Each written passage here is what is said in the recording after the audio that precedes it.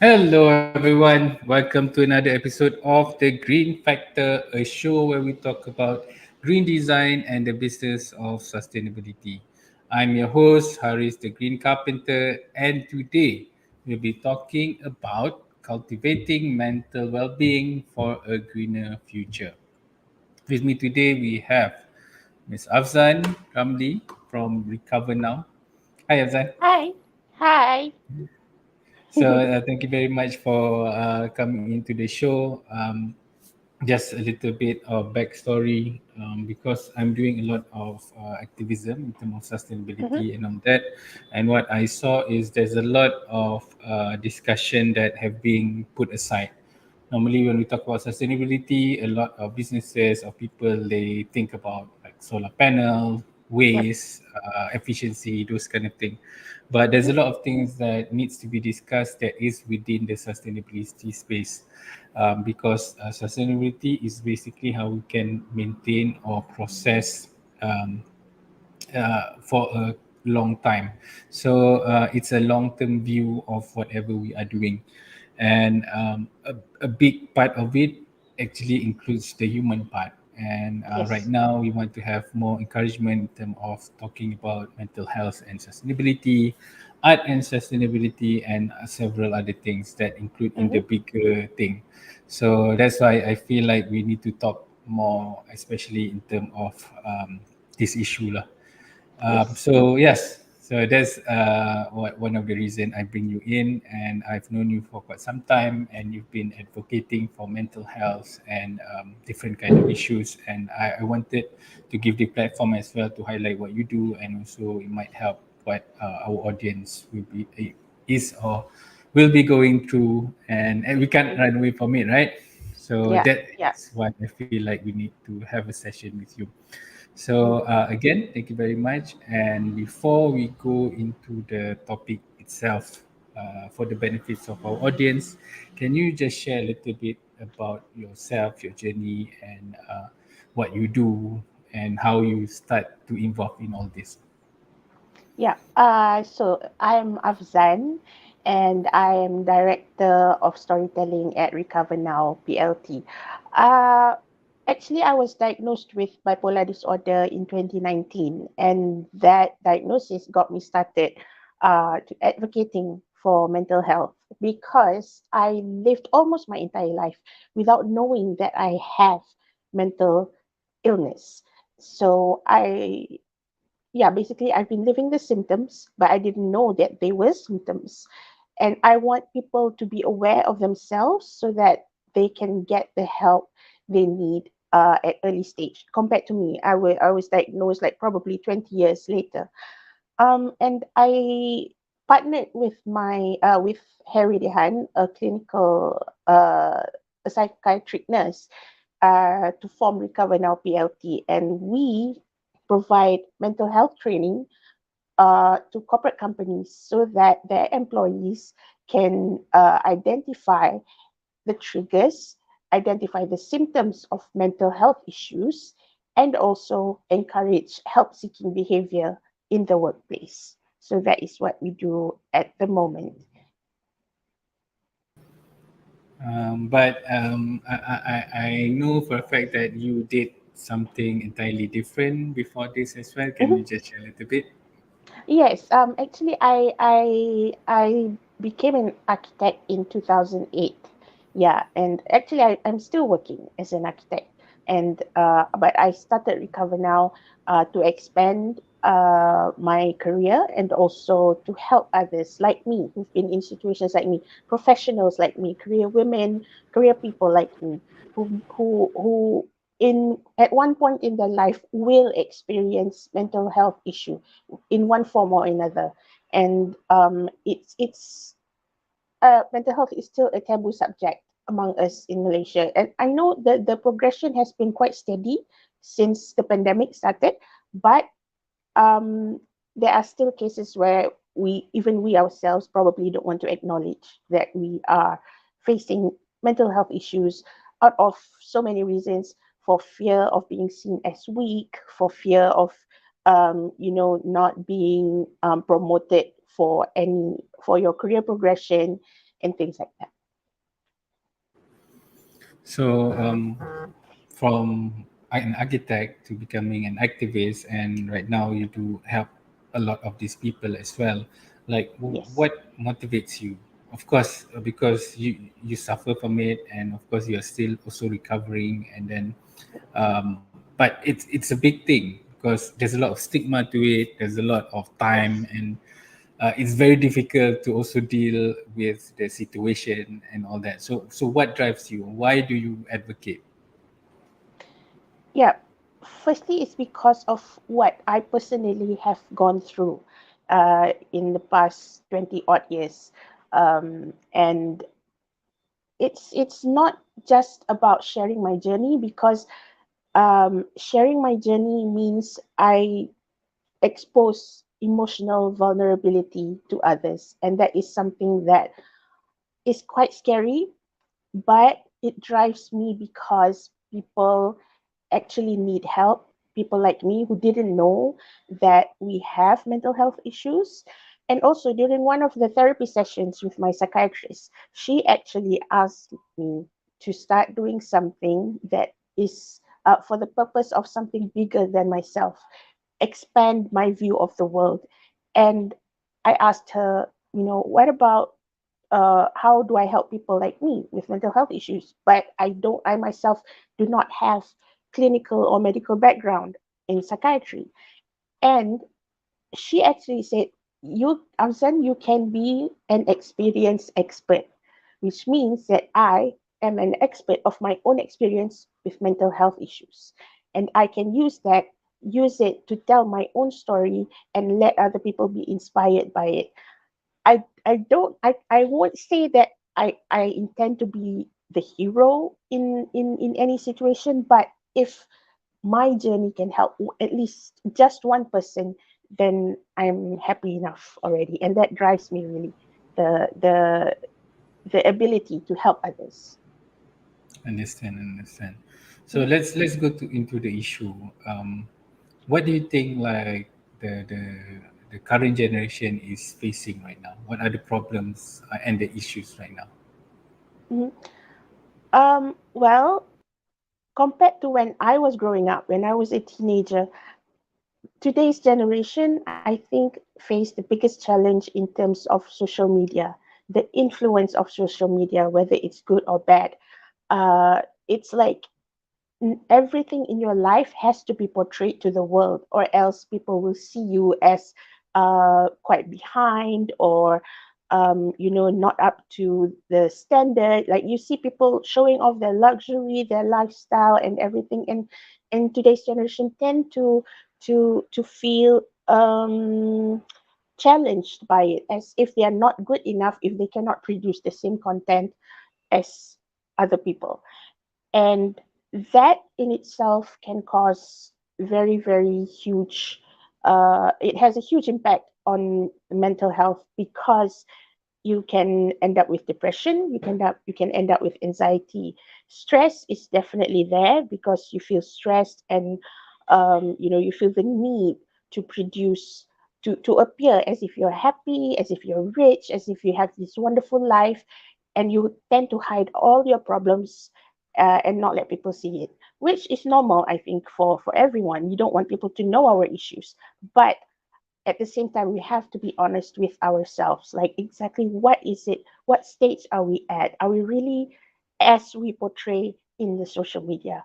Or are we just, creating a persona, a social media persona that is not really the real us? And I think that is what current generation is facing. What about other kind of trauma, like maybe the upbringing, the Mhm. school time, the even generational trauma? How does it come in? Because like the one you're saying, this are more of the recent kind of thing, Yes. technology and all that. What about the old one, that the baggage that we have been carrying or exposed to at a very early age as Yes. well? Yes.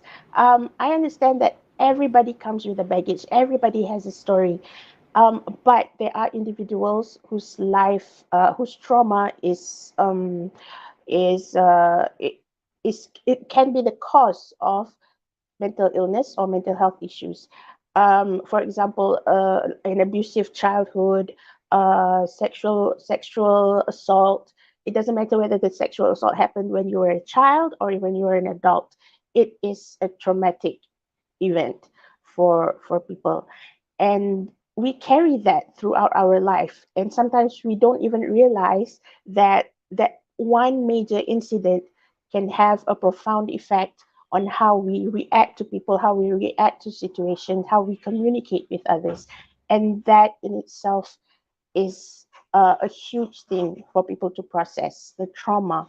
And it's not just about emotional trauma, but physical trauma, like I said, abusive childhood.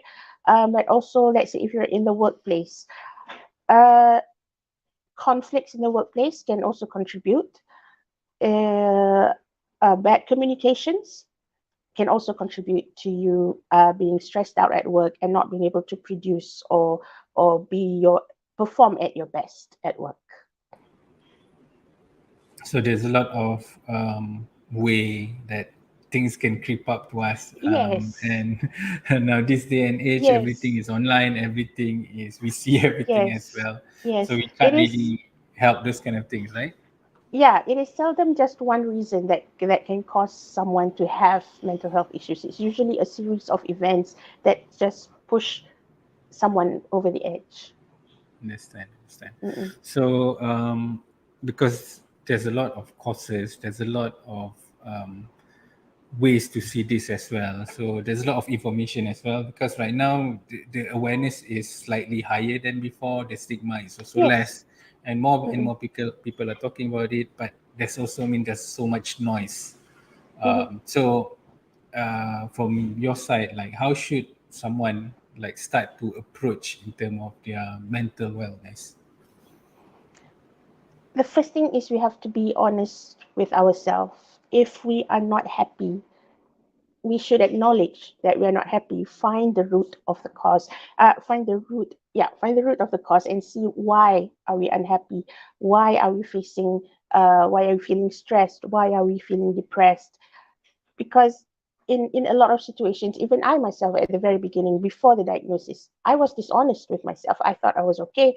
I told myself, I keep telling myself I was okay, but in reality I was not. And that ended up accumulating all the resentment, all the anger, all the sadness. They accumulate, and to a point, uh, it got to a point where I started having suicidal thoughts. I wasn't really thinking about dying, but there's this feeling, like there's this feeling of worthlessness, feeling of nobody's gonna miss me if I was gone. And yeah, so what we need to do is to be honest with ourselves. And then, and the second thing is, and this involves the community, because like you said, the awareness now is on the rise, and that is a good thing, but the stigma is still there. And a lot of times, people talk about mental health just as lip service. They just want to talk about it, but they don't really want to do anything about it. For example, in the workplace, um, yeah, employers can actually send their employees to mental health talks, mental health courses, but they're not really willing to invest that much money into their employees to protect their employees' mental health, because it's not something that is visible. It's not something that you can see. It's not something tangible. Um, but whether you like it or not, employees especially, are going to face mental health issues at one point in their life, and it is good to equip them with the right tools and with the right technique on how to manage their own mental health. Understand. So I think with your experience in dealing it with yourself, and you're also right now helping a lot of people managing and also not solving but more to managing this kind of issue. What do you find works? Okay, everybody has a different recovery journey. When I first started therapy, I was asked to start journaling, write down my thoughts, write down my feelings every single day. But I found that to be quite tedious, because even though I'd say I'm quite good at in writing, but the thought of having to put down everything on paper is quite intimidating for me. So the next step is my psychiatrist told me to start doing something that gives me joy. What was it before my the major depressive episode that I had? What was it before that that I do that always gives me joy? And that is makeup. For me, it's makeup. So I do my makeup almost every day, and it's not about looking pretty, but it's about focusing on one task at a time. When I do my face, when I do my eyes and my lips, it's like there's a step that's to be followed, and that consistency gives me like a sense of security, and that started me on my recovery journey. Medication also helps, but not everybody needs to be medicated, and that is why it's important to get your diagnosis from the right medical professional. Don't just because you Google your symptoms online and you see that, oh, I probably am suffering from depression. You cannot do that. It's dangerous to self-diagnose. So you need to go and see a medical professional to get an actual diagnosis. And for me, it's cooking also, and traveling makes me feel good about myself.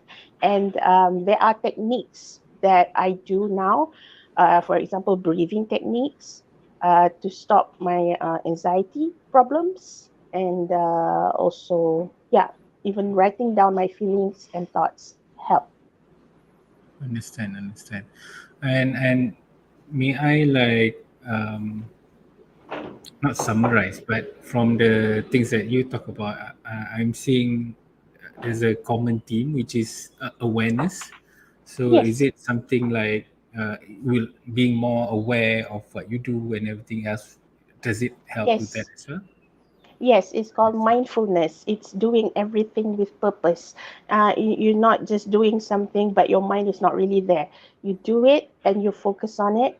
You're 100% present, and that really helps. You need to be in touch with yourself. You need to know who you are. That was actually the first step to recovery, to know who you are, and then as you go along, that there's bound to be failures. Recovery, my recovery journey is not linear. It's not like straight up all the way. There's going to be up and down all the way, and that's okay because we're all human beings. So yeah, as long as we keep going on and don't stop. Sure. And so we have a listener, Zachu, one of the viewers. Hi, Zachu. Thank you very much for tuning in. He or she asks, hello, what are your thoughts on techno stress since we are the generation towards digitalization? I'm not an expert on techno stress because I to be honest, I'm not really quite sure what techno stress means. But if it means that you're stressed by technology, like you feel like you have to keep up with technology, like let's say, okay, you have an iPhone 11 and now there's like iPhone what 13, 14, right? And you feel like you're left behind and you're not like up to date if you don't keep up with the technology. That can cause stress too. So that's why you just do you what's comfortable for you. Don't focus on what everybody else is doing. It's okay if you don't have the latest technology. It's just important to keep in touch with your own self. Hmm. So I'm guessing it's also part of the social media problem as well. Where we have so much technology and we have so much information being thrown of us. We don't know whether Mm-mm. it's real or fake, and most people they would always put their best self online. So maybe that Mhm. is only just 1% of their life, but that is the one that we all Exactly. see, right? So we all Yes. have our journey, we all have our ups and downs, and we all have our struggle. So back to the issue is like, okay, first of all, I think a lot of us do suffer from mental illness, or we do have some issues that we need to resolve, whether Hmm. we know or not. So how would this kind of people, or how do we get help? What are the available channel? Okay, there are helplines for you to call. I if someone is having suicidal thoughts, they can always call Befrienders. Befrienders is a helpline for people with suicidal tendencies. But if your suicidal thoughts is progressing towards taking action, don't call anyone, just go straight to the hospital, any hospital, in to the emergency, because if you wait for people to actually pick up and pick up the phone and get advice, you're already almost over the edge, and that won't help. For others, if you want to seek help from government clinics, there's Mentari clinics, I think, all over Malaysia. But I have to say that if you go there, you might have to wait in line, wait your turn to actually get to your first appointment. Because I remember when I first went to Mentari Clinic, I did the dust test, the stress test, and I was given an appointment 3 months after that date. And I was already having suicidal thoughts, so I couldn't wait. So I decided to go to private psychiatrists. And I'm one of the lucky ones because I can actually afford private psychiatric treatments. But a lot of people probably have no other options but to go to government clinics, and that's okay. Just seek help wherever you can. Government clinics are available. Yeah. Understand. So, Mm-hmm. so this is how, if we suffer from it or if we want to get diagnosed or something, Mm-hmm. um, this is some of the avenue that we can go. But what Yes. if we know someone that is suffering, or because this kind of thing sometimes something triggers, then you, okay, there's something happening, and Mm-hmm. so or someone is diagnosed. If diagnosed, then it's already, you know lah. But if it's not, Yeah. then but there are symptoms and all that, you can identify those. Like, how Mm-hmm. do we help them? The best thing for anyone to do is to listen, because a lot of times, okay, mental health issues can actually be caused by various factors: environmental, biological. For me, I have bipolar disorder, and that is biological. I have to live with it for the rest of my life. But in a lot of situations, mental health issues are caused by situations, by circumstances, events that triggers a huge emotional response from us. So one of the best ways, in fact, I think it is the best way, is to listen to someone when they say, I think I need someone to talk to. Just listen to them. Listen without judgment. Set aside your own prejudice, set aside your own belief, because at that moment, you are talking about that particular person. It's not about your belief, it's not about your conviction, it's about the problem that that person is going through. It may seem sometimes that person's problem may seem little to you, may seem tiny, and like you cannot understand why that person is making a big deal of it.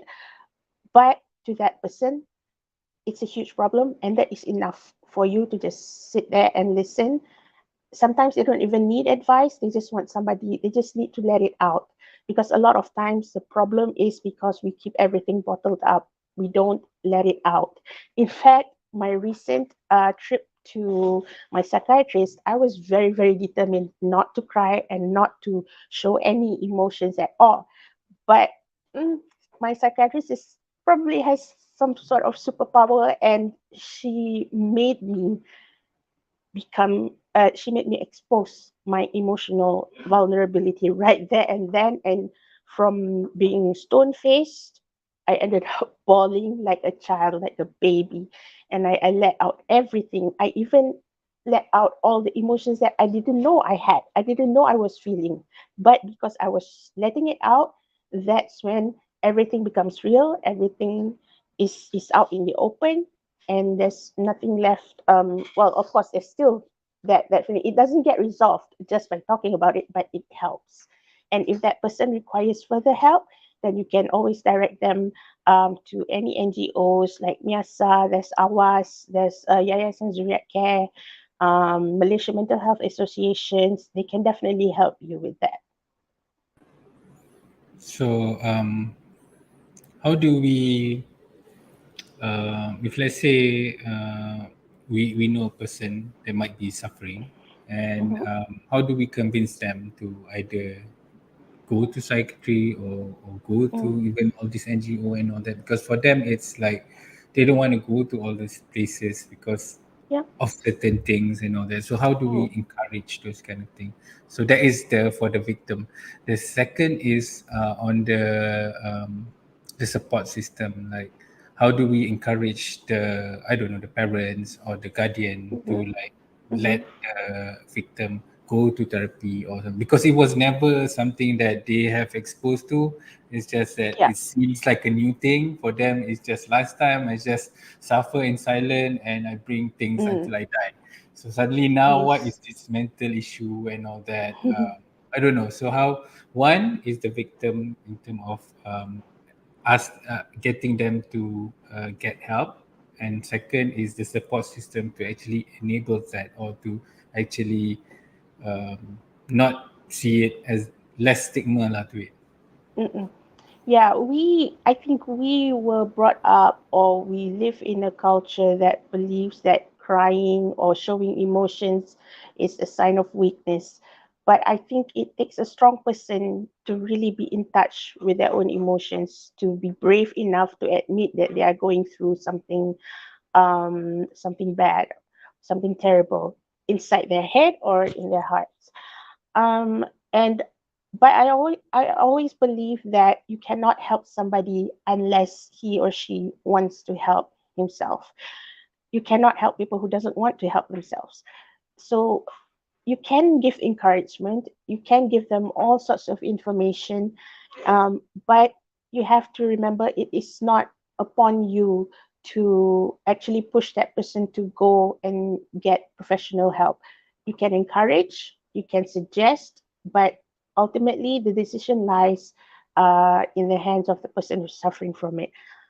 Uh, of course we can try to break the stigma, especially among families and friends, and even in the workplace among colleagues and employers.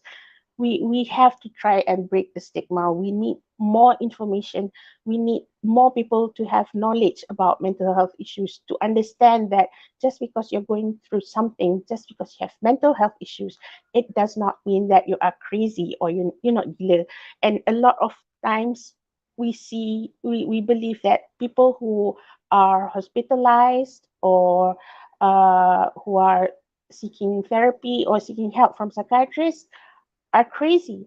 But we are not. We're not. We are normal human beings. We're just going through something at a time, and that's why recovery is not just a one person's effort. It's a communal effort. I'm lucky. I have the support of my family. I have the support of my friends, and they understand what I'm going through, and they never, never, ever make fun of me or in my situation, unless I make fun of myself first, which I like to do.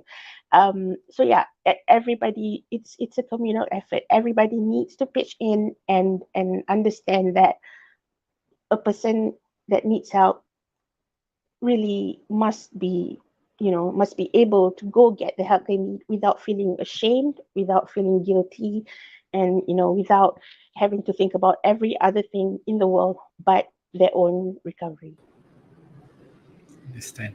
And I think it's like we need to see it to a point that like right now, if we are sick, right, we have a fever, then we go to the doctor, get medicine, Yes, get yes, prescription. Or if you have muscle problem, you go to physician and all that. So it exactly. should be that now you have some, you feel like a bit overwhelming and all, and you should Mm-hmm. be able to go to someone to help you with those kind of things as well. So Yes. I think as we get more and more into this issue, and more people start to talk, hopefully those kind of things start to slowly but surely unravels, Yeah. and hopefully it'll help more people. Yes. Yes. That's And why knowledge is important. because I Mm. think a lot of our generation, at least I'm a millennial, so like for us, I think a lot of us do have those kind of issues as well that we don't actually acknowledge or like deal with. Yeah. And I Yes. think the younger generation nowadays, they have the information, and they have they talk to each other and all that, so they are more, Mhm. not say equipped, but they are more aware and all that. So I think Yes. the older generation, as older we get, we need to also understand these are Mm. things that is important for us as well, to look Mm-mm. into what we are doing and all that. True. Yeah, so I think before we end the show, I think there is another question, which is the future Sure. trends. And so, what do you think in terms of the mental illness, in terms of this space? What are the future trends? Okay. At the moment, 1 in 3 uh people have mental health issues. So that's about like 30%. So I'm not really sure what it's going to be in the future, but I hope that more awareness programs will be run in the community, and it's not just about lip service. It's not just to to achieve your KPI, or to just comply to the minimum standards, but and it must be a continuous and a sincere effort to really really take care of everyone's well-being, mental well-being, especially in the workplace, because especially for employers, your employees are actually your best investment. If you don't invest in them, they won't produce, they won't perform at their best. So if you really really want to, in fact, the World Health Organization has estimated that for every $1 invested in an employee's mental health, you will get back 4 times over. So that shows how important mental health is in terms of productivity. Just like, if you are, like you mentioned just now, if you have muscle ache, you go see a doctor. If you have broken bones, you go see a doctor. So that's the same courtesy, the same expectation should be given to people with mental health issues, because the brain is an organ, just like our bone, our skin, our heart, everything. The brain is an organ. So if it's sick, it needs tending to, go see a doctor, and it's okay. Just yeah, that is my hope for the future. And I think because you've touched a lot, some on in terms of business employees and all Hmm. that, and Yes. Zachu has a follow-up question that I feel like it's important as well to get some clarity, like how to Hmm. make your staff or team member to be vulnerable or being open to the leaders. What are the magic word to reassure them that we are here to listen? I wish there's a magic word, because see, the first thing is that the employees have to be able to trust that whatever they say in the group is not going to be judged upon. It's not going to be used against themselves. Like, uh, let's say we have like a group session in the office, just to vent out whatever our feelings and our emotions. But in the end, if the employers or the management use whatever the employee says about himself to against him, like, say, oh, somebody says, I think I may have depression because I'm experiencing this and this, and a few months later he's passed out for promotion because of his depression, and that is not good. So the basic thing is to create a safe environment for in the company, for every employee, for everyone to be able to express their feelings, express their thoughts without judgment, without shame. And that is why knowledge is important among all employees. Everybody should know at least the basic thing about mental health issues, the symptoms, the triggers, the basic way to manage their own and also their colleagues' mental health. Understand. So the idea is to create a safe space for people to vent, Yes, and at the same yes. time not letting those kind of venting affects other Mhm. things. Yeah, and I don't really like to use the word venting, although sometimes I use it, because venting make it sound like we are angry and we're letting it out, but really it's just about expressing yourself. being yourself 100% without having to pretend to be someone else. Understand. Mm-hmm. So yeah, I think it's an interesting topic, and I have a lot more other questions to ask, but I Yeah. feel like it's a good start, and so thank you You can very always much for your invite me help. back. Yeah, that's why maybe we can do a series on it as well. So Yes, yeah, so thank you very much, it's my Afzan, pleasure. for your sharing, and thank you very much the audience as well for interacting and also spending your time with us. So if you want to know more or you want to connect with Afzan, you can connect with her on LinkedIn, Afzan the Storyteller. And also if you want to go directly to their website as well, recovernow.com.my, you can learn more on how you can help yourself and other people as well. So with Yep. that, thank you again, Afzan, everyone Thank you for else. having me. Thank you, everyone else, and see me next week. Hopefully, we have a show next week. And as always, have a green week ahead. Bye, bye, guys.